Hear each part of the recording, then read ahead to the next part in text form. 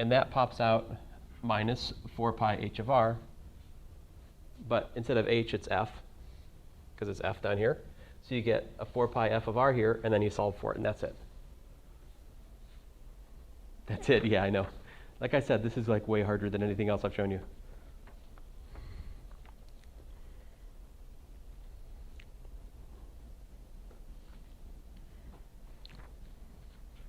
All right.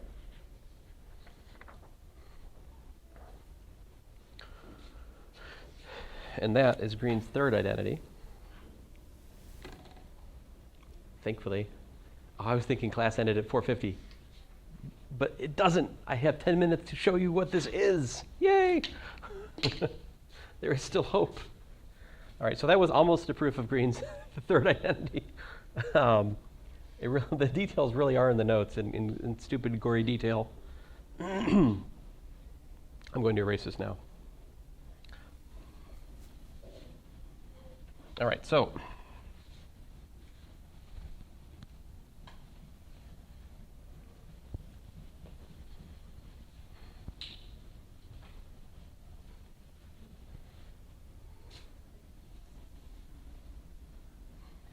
notice I'm being careful not to erase a certain thing that I really don't want to write again.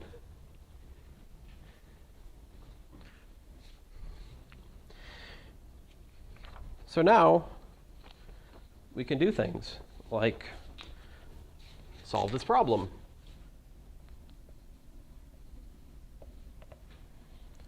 Solve nabla squared f equals to b on E.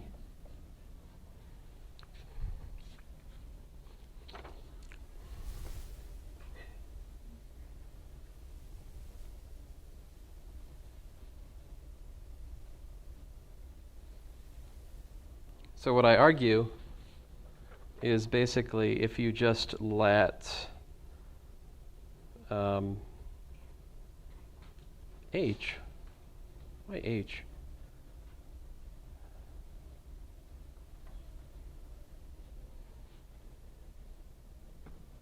Because you use h of r and f of r interchangeably in your proof? Yeah, maybe. Maybe. So let me just write it down. Sometimes if I write it down, I can figure out what I'm doing. Gradient squared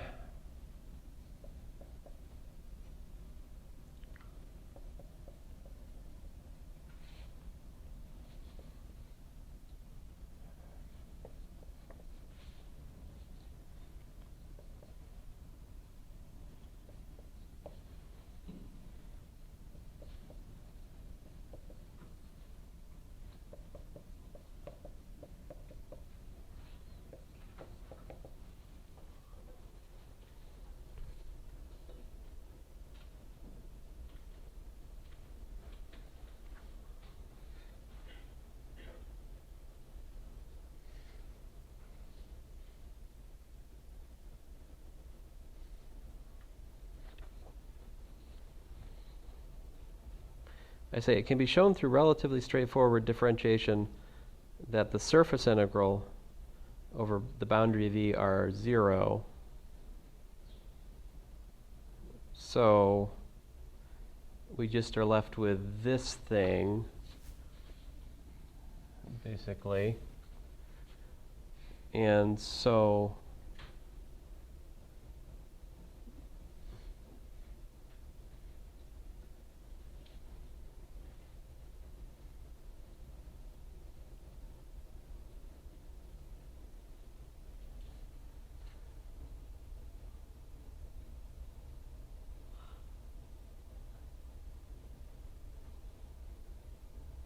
I don't see it at the moment.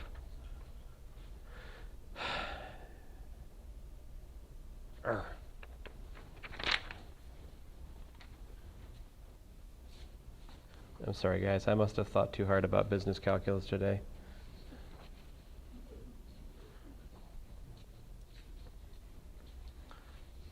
Well, anyway, if I could actually think at the moment, I would derive without too much trouble the following result.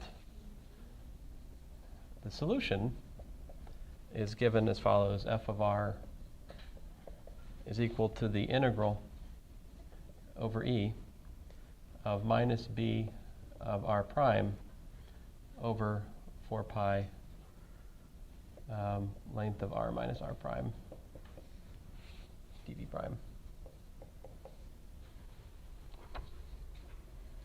That's the integral solution to Poisson's equation. This is my theorem 7.9.6. There are a few more details in my notes. I'm just having trouble parsing them at the moment. Sorry, guys. Now, but perhaps what's even more important than those details is to appreciate what this says as it relates to, say, electrostatics. What is it saying?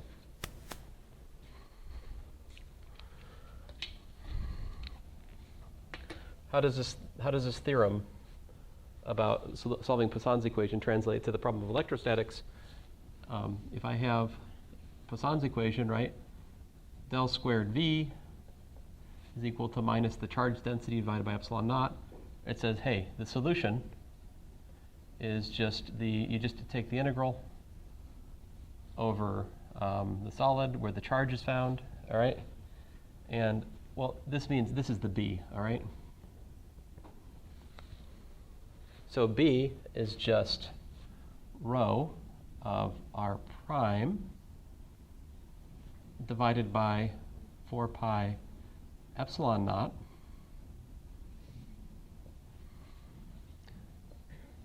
r minus r prime dv prime. I don't know if you can recognize this or not, but the infinitesimal voltage due to a particular charge is given by dq divided by 4 pi epsilon naught length of r minus r prime. That is the so-called Coulomb potential for an infinitesimal point charge dq at position r prime. And then if you add these up, you get the net potential. This is what we teach in Physics 232.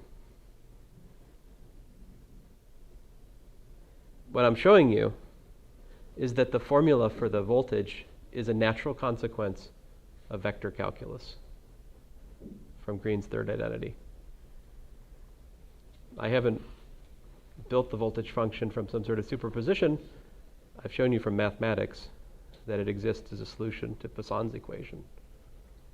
Well, maybe I haven't shown you that, but I tried. All right, now, that's interesting in and of itself, but there's more. This does more than just this. There's so much more. Well, not too much more. We're almost done. So, the problem of potentials, right? There are two kinds of potentials we talk about in electromagnetism. We have the electric field is minus the gradient of the voltage. So, I mean, I wrote phi here. You could say phi is equal to V, if you like, minus the gradient of the scalar potential plus the partial derivative of the vector potential with respect to time. And the magnetic field is the curl of the vector potential.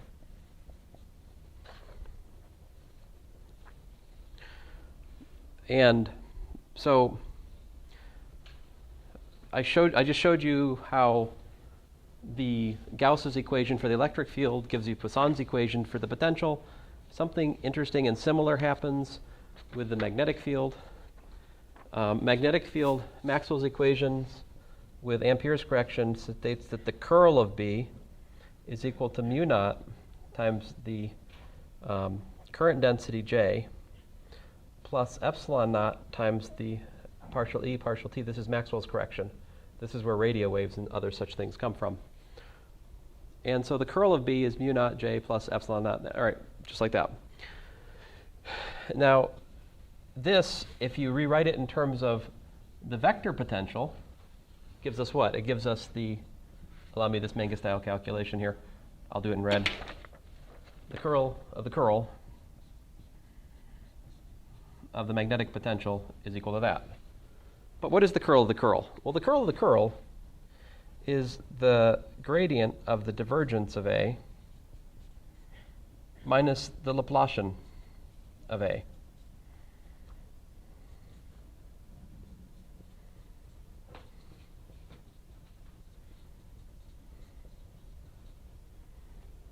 Okay, but I could rewrite this E in terms of the potential, right?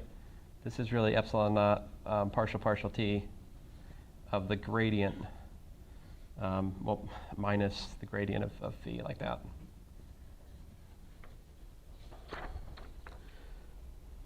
Now, at this point,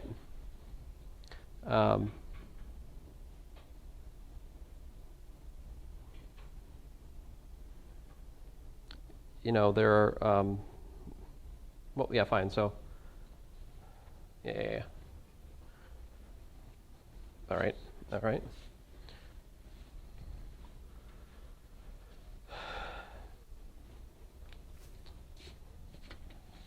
So what we do in physics is we don't just work at the vector potential.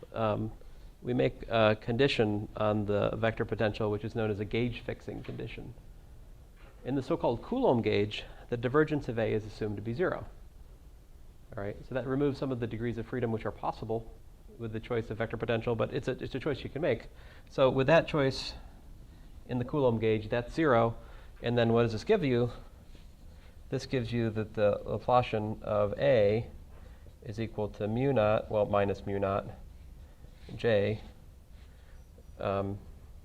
minus mu naught J, minus mu naught, well, plus mu naught epsilon naught.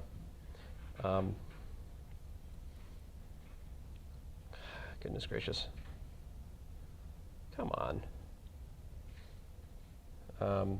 Gradient of partial phi, partial t, I guess.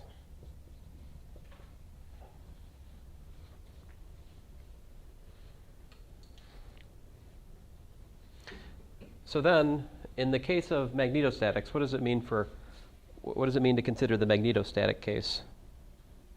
Long, steady, unchanging currents. So in the magnetostatic case,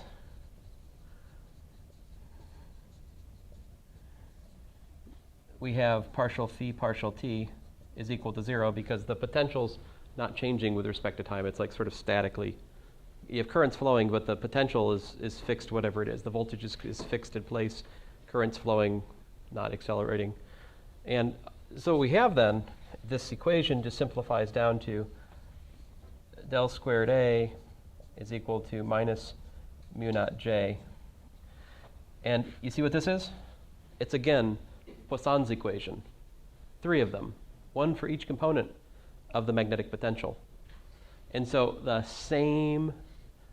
basically the same solution gives us that the vector potential A at R is just equal to the integral over the region E of minus the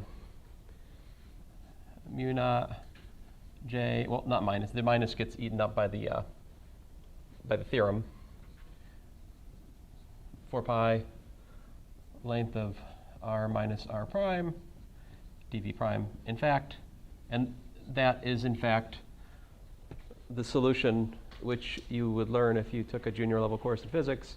This is how you calculate the magnetic potential from integrating the current density over a volume. That is in fact a formula I learned in my junior level course, and I used to find magnetic potentials and then took curls to find magnetic fields. Again, a consequence of this theorem.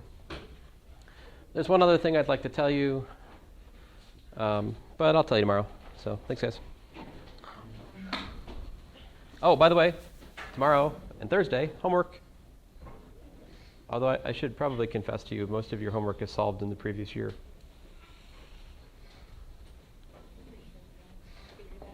You already figured that out? Oh, okay. Well, that's why you guys aren't like up here like clawing and trying to attack me, given this lecture today.